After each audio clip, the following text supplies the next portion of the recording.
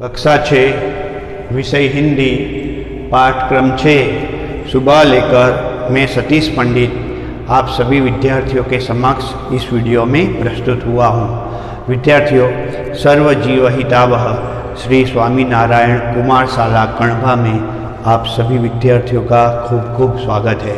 विद्यार्थियों, इस पाठ में अर्थात पाठक्रम 6 सुबह में हम देखेंगे कि किस प्रकार विकलांग होने के बावजूद रेशमा इच्छा शक्ति कमज़ोर नहीं होने देती।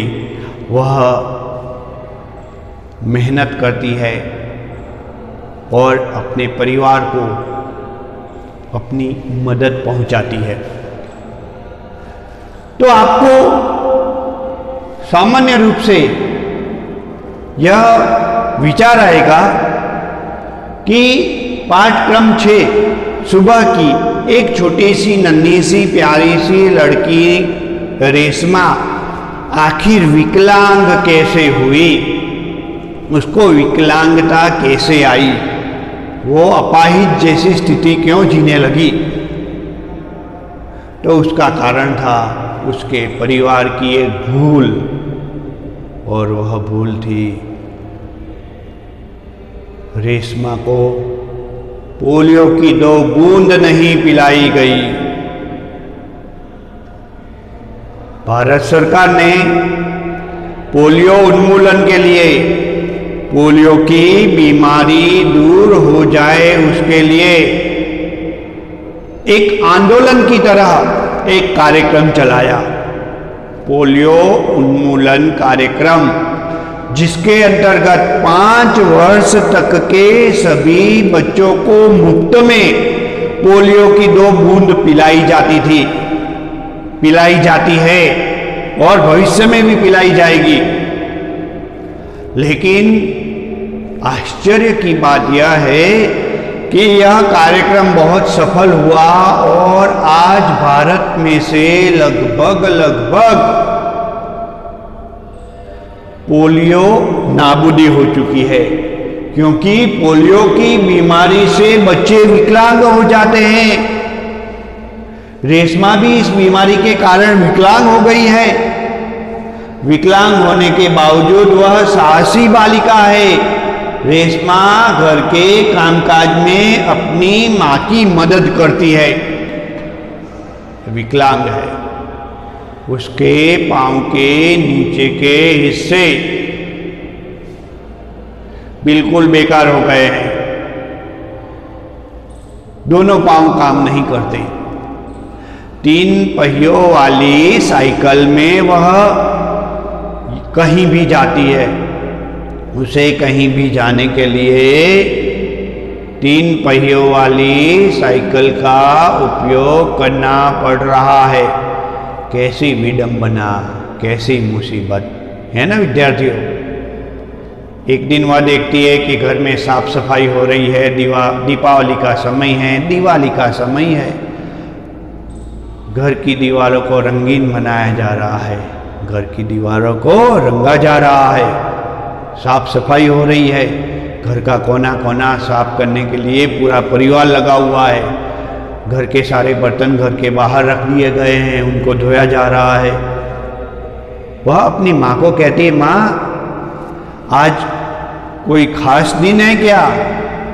रेशमा की माँ कहती, बेटा आज तो कोई खास दिन नहीं है, लेकिन दीपावली आने वाली है, दिवाली आने वाली है और यह सब दिवाली की तैयारियां हो रही है।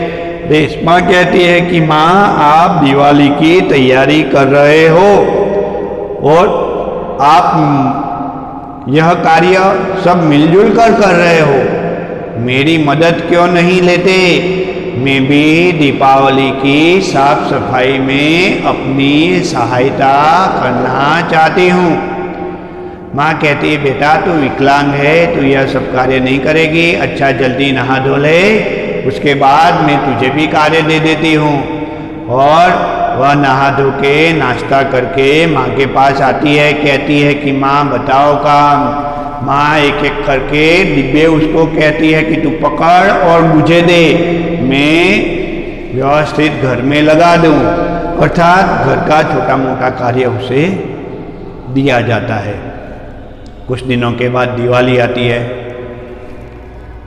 रेशमा की माँ रेशमा को कहती है कि बेटा लो ये थैली पकड़ो, कुछ सामान बाजार से लेकर के आ जाओ। वह थैली लेकर तिपैया साइकिल लेकर के जाती है और कुछ सामान लेकर के आती है। उसी समय उसकी नज़र पड़ती है कि छोटे छोटे बच्चे पटाखे जला रहे हैं और उसका ही एक छोटा भाई गोलू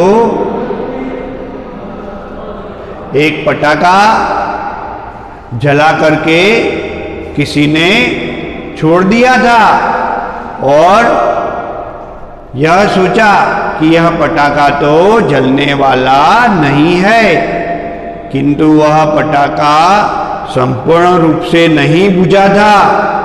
उस पटाखे के पास रेशमा का छोटा भाई खड़ा था और रेशमा ने सोचा कि इस पटाखे से मेरा छोटा भाई, नन्हा सा प्यारा भाई जल जाएगा। वह तुरंत एकदम रफ्तार के साथ अपने 3 पहिया साइकिल को दौड़ाती हुई अपने भाई गोलू के पास गई। उसने गोलू को एक जोरदार धक्का दिया। गोलू तो नीचे गिरा। गोलू के साथ साथ रेशमा नीचे गिरी। रेशमा के ऊपर वो 3 पहियों वाली साइकिल भी गिर गई। कल्याणम भवन्तु। क्या हो गया विद्यार्थियों? दुर्घटना हो गई। यह दुर्घटना जब हो रही थी उसी समय एक जोरदार धमाका हुआ, पटाखा फूटा। सब लोग वहां दौड़ते हुए आए। सब लोगों ने गोलू को भी उठाया, रेशमा के ऊपर जो साइकिल गिरी थी उसे भी हटाया। रेशमा को थोड़ी चोट आई थी। जब उसे कारण पूछा गया तो उसने कहा कि गोलू की जान बचाने के लिए मैंने ऐसा किया है।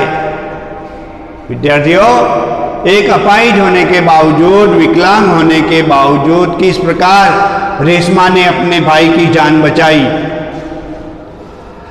जहां चाह वहां राह की उक्ति को रेशमा ने सही अर्थों में चरितार्थ कर दिया। और यदि दृढ़ इच्छा शक्ति हो तो कार्य अवश्य सफल होता है। विकलांगता भी उसे बाधित नहीं कर सकती। यह बात पाठक्रम 6 सुबह बताता है। कहीं से भी शुरुआत करनी होगी, यह बात बताता है पाठक्रम 6 सुबह। और यह शुरुआत की है रेशमा ने।